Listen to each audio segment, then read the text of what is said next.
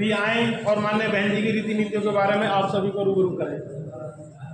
इन्हीं के स्वागत में सारे के साथ स्वागत होगा। बहुजन समाज पार्टी जिंदाबाद, पार्टी जिंदाबाद, डॉक्टर बी आर अम्बेडकर साहब अमर रहे, डॉक्टर बी आर अम्बेडकर साहब अमर रहे।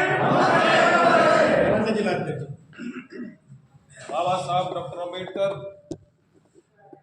मान्यवर काशीराम जी के चरणों में श्रद्धा सुमन अर्पित करते हुए आज की इस कैडर मीटिंग में मुख्य अतिथि के रूप में उपस्थित जो बहुत से संगठनों से, सामाजिक संगठनों से जुड़े हैं और आज हमारे बीच में मुख्य अतिथि के रूप में आए हैं, जो हमारे मुख्य यानी कोऑर्डिनेटर हैं मेरठ मंडल के बहुजन समाज पार्टी के माननीय बालक राम जी, अध्यक्षता कर रहे हैं हमारे विधानसभा के अध्यक्ष धर्मवीर टेन जी, जिला कार्यकारिणी के सदस्य अजीत सिंह जी, हमारे नगर अध्यक्ष जहीर मलिक जी, हमारे विधानसभा प्रभारी प्रदीप मौर्य जी, उपाध्यक्ष विधानसभा शाहनवाज जी, हमारे सम्मानित साथी फारूक जी, मनीष युवा जी, हमारे जो युवा साथी ये बहुत मेहनत कर रहे हैं, मनीष कुमार जाटव जी, ये भवन जिसमें हम मीटिंग कर रहे हैं हमें इन्होंने सहयोग किया है, खड़क सिंह जी,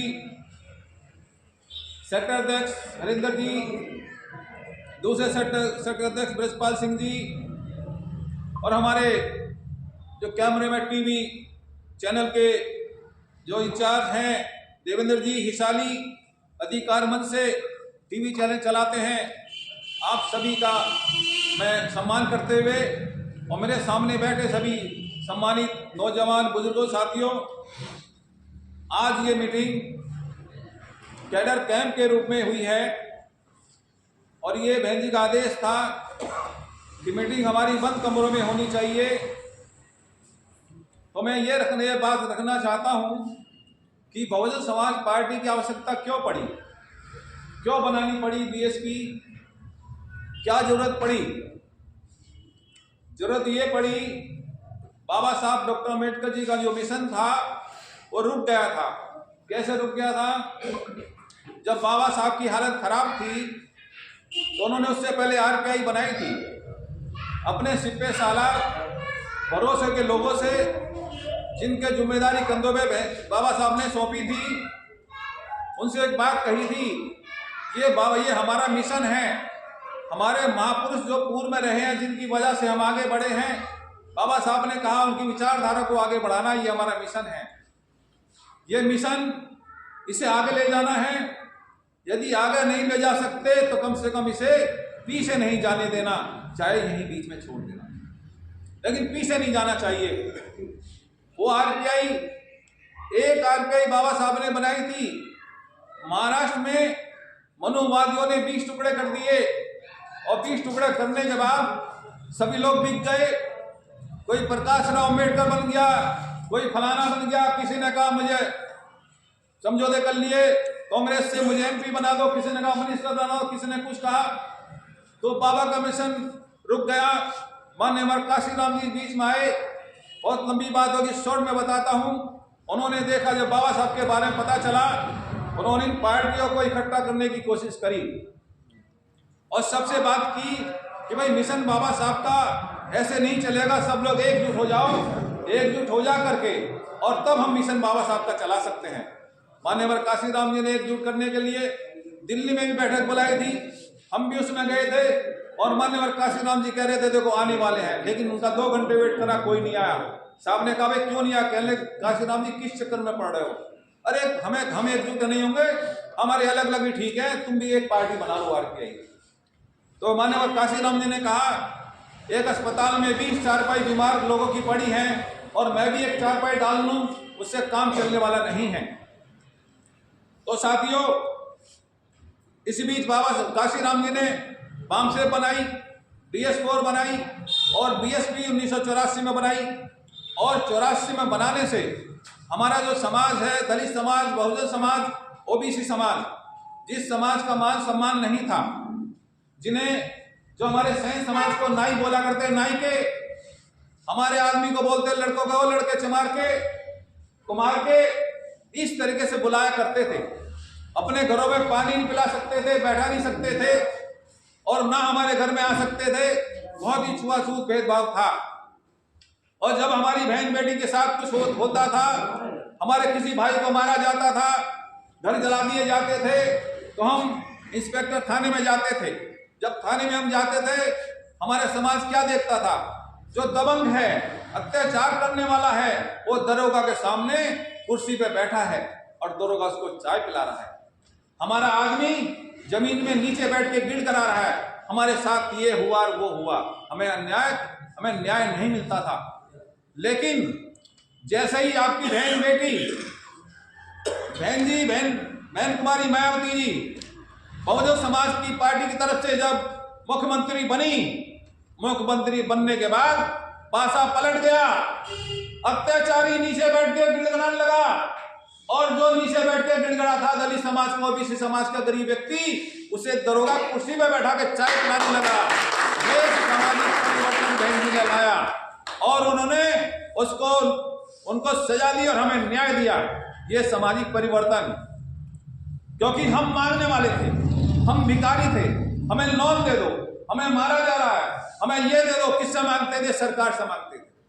सरकार किसकी होती थी? कौन बनाता? आप ही बनाते थे। तो मान्यवर काशीराम जी ने कहा, मांगने वाले जब तक रहोगे अत्याचार होता रहेगा। जिस दिन तुम देने वाले, ऐसा देने वाले बन जाओगे, अत्याचार नहीं होगा। हम देने वाले बने, जो हमें चाय नहीं पिलाते थे, अपने घर पे नहीं आने देते थे, जो पानी पीते थे हमारे हाथ का, वो हमारे घर आने लगे। हमारे घर आके कहने लगे कि भाई हमें भी अपने साथ जोड़ लो, हमारा ये काम है और वो काम है, कराइए।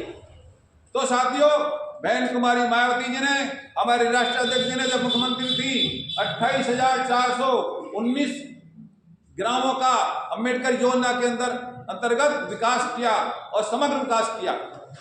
और उस समय ऐसी स्थिति चल गई, जब बाबा साहब की मूर्ति हमारे लोग लगाते थे, जो लोग तोड़ा करते थे, वो कार्यकर्ता के पास जाने लगे कि भैया तू बीएसपी का कार्यकर्ता है, एक काम कर, हमारे गांव को भी अम्बेडकर गांव बनवा दे भैया, और मूर्ति का पैसा हम दे देंगे, मूर्ति हम लगाएंगे। कितना बड़ा परिवर्तन आया। जो मूर्ति तोड़ने वाले थे, मूर्ति लगाने के लिए तैयार हुए।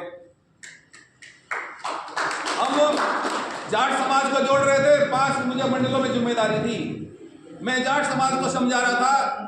समझने के बाद एक जना उठा, जाट चौधरी, कहने लगा, भाई बात तो आप ठीक कह रहे हो, बहन जी का शासन बहुत अच्छा रहा है, और मैं क्या बताऊं अपनी बीती।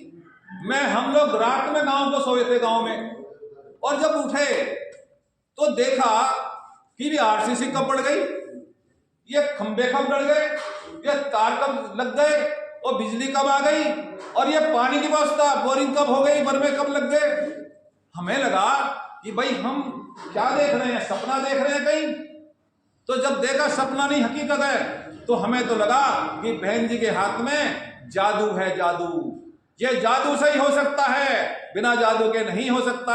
उन्होंने कहा कि बहन जी ने जब ये कहा, मैं इस क्षेत्र में किसी भी गांव में जा सकती हूँ, अचानक जाऊंगी, किसी को बिना बताए जाऊंगी, तो रातों रात उस क्षेत्र के लोगों ने सारे गांव में ऐसा विकास कर दिया, आज लोग देखते रह गए। तो उन्होंने कहा कि भाई इसलिए बहन जी का शासन सबसे बढ़िया रहा। साथियों, आर्थिक विकास की, यह सामाजिक विकास, बाबा साहब ने कहा था हमें सामाजिक, हम बहुत नीचे चले गए, हमें लोग छुआछूत भेदभाव करते हैं, और आज वही समाज जो हमारे अपने घर में नहीं बैठा था, आज चाहे प्रकाश हो चाहे कोई भी हो, आज हमें अपने घर में बैठ के काजू पिस्ते बादाम खिलाता है, हमारा सम्मान करता है। क्यों करता है? क्योंकि 4 बार हम देने वाले थे, देने वाले बन गए थे। आज हम देने वाले नहीं हैं।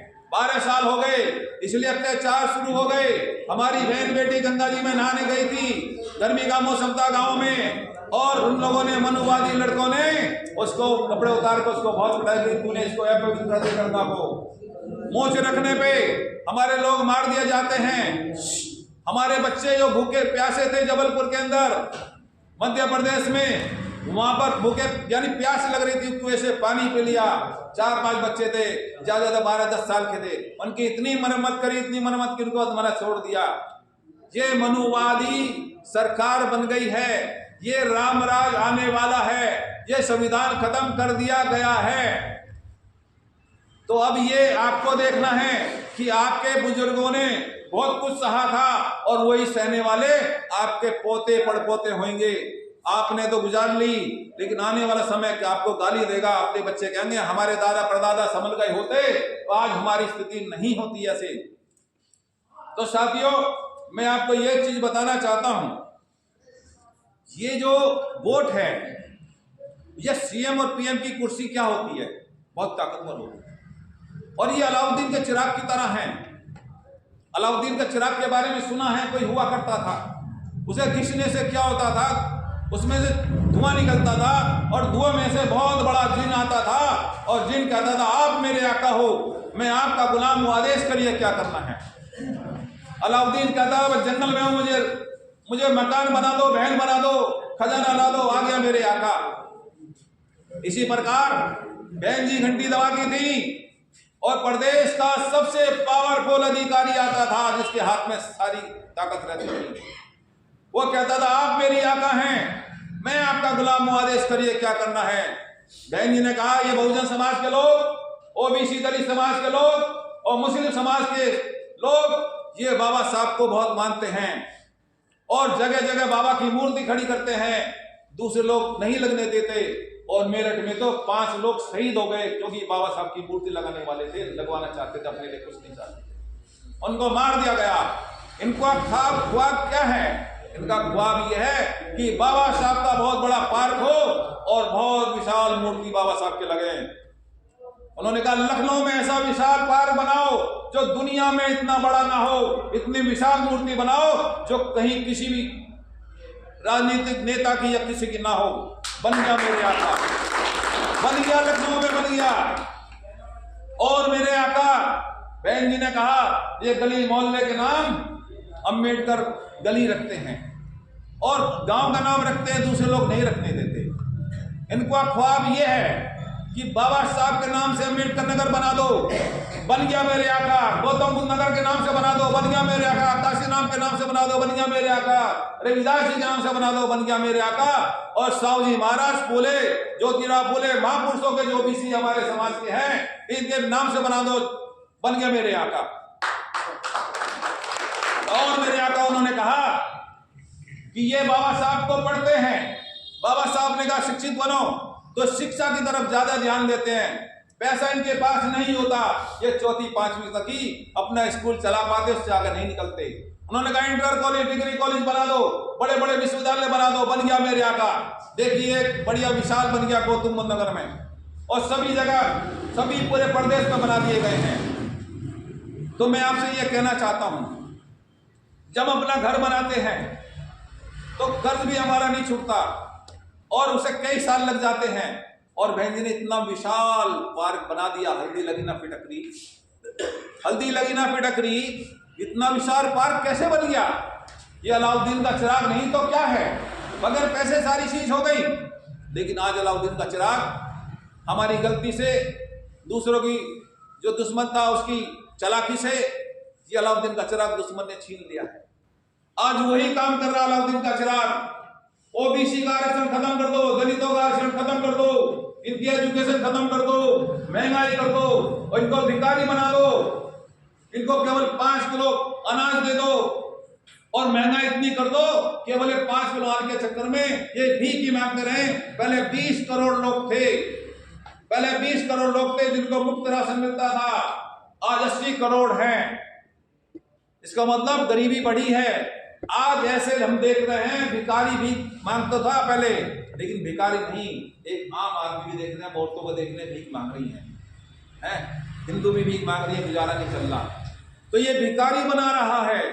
एक तरफ 5 किलो अन्न दे रहा है, अनाज दे रहा है, दूसरी तरफ 20,000 रुपये आपकी जेब से निकाल रहा है। जैसे हमारा खर्चा, माना मध्यम स्तर के जो लोग हैं उनका खर्चा महीने का 50,000 का है, गरीब आदमी का तो खैर ज्यादा 5,000 10,000 का होता है, लेकिन उसको भी कितना नुकसान पहुंचाया है। सिलेंडर 950 रुपए, पहले सिलेंडर 350 रुपए का था, नोट करना, आज 1250 रुपए का। मेरे ख्याल 1,000 के आसपास यहाँ से लूट लिया। जो दालें थी, जो 40 रुपए किलो थी आज 150 रुपए किलो के आसपास दाल है। वहाँ हर घर में दाल खाई जाती है। सरसों का तेल 30-40 रुपए किलो था पहले, अब लीटर कर दिया गया है, यानी इससे भी कम, और वो 150-200 रुपए सबको तेल चाहिए। 1000 रुपए यहाँ से ले लिए, दाल से 1000 रुपए ले लिए। उसके बाद आटा जो 20 रुपए किलो था आज 45-50 रुपए किलो है। सर घर में 30 किलो आटा कम से कम चाहिए, 1000-1500 तुम्हारे यहाँ से ले लिए। और दवाइयाँ इतनी महंगी हो गई, और हर घर में पेट्रोल की आवश्यकता है, कम से कम 20 लीटर एक महीने में, मोटरसाइकिल सबके घर में है।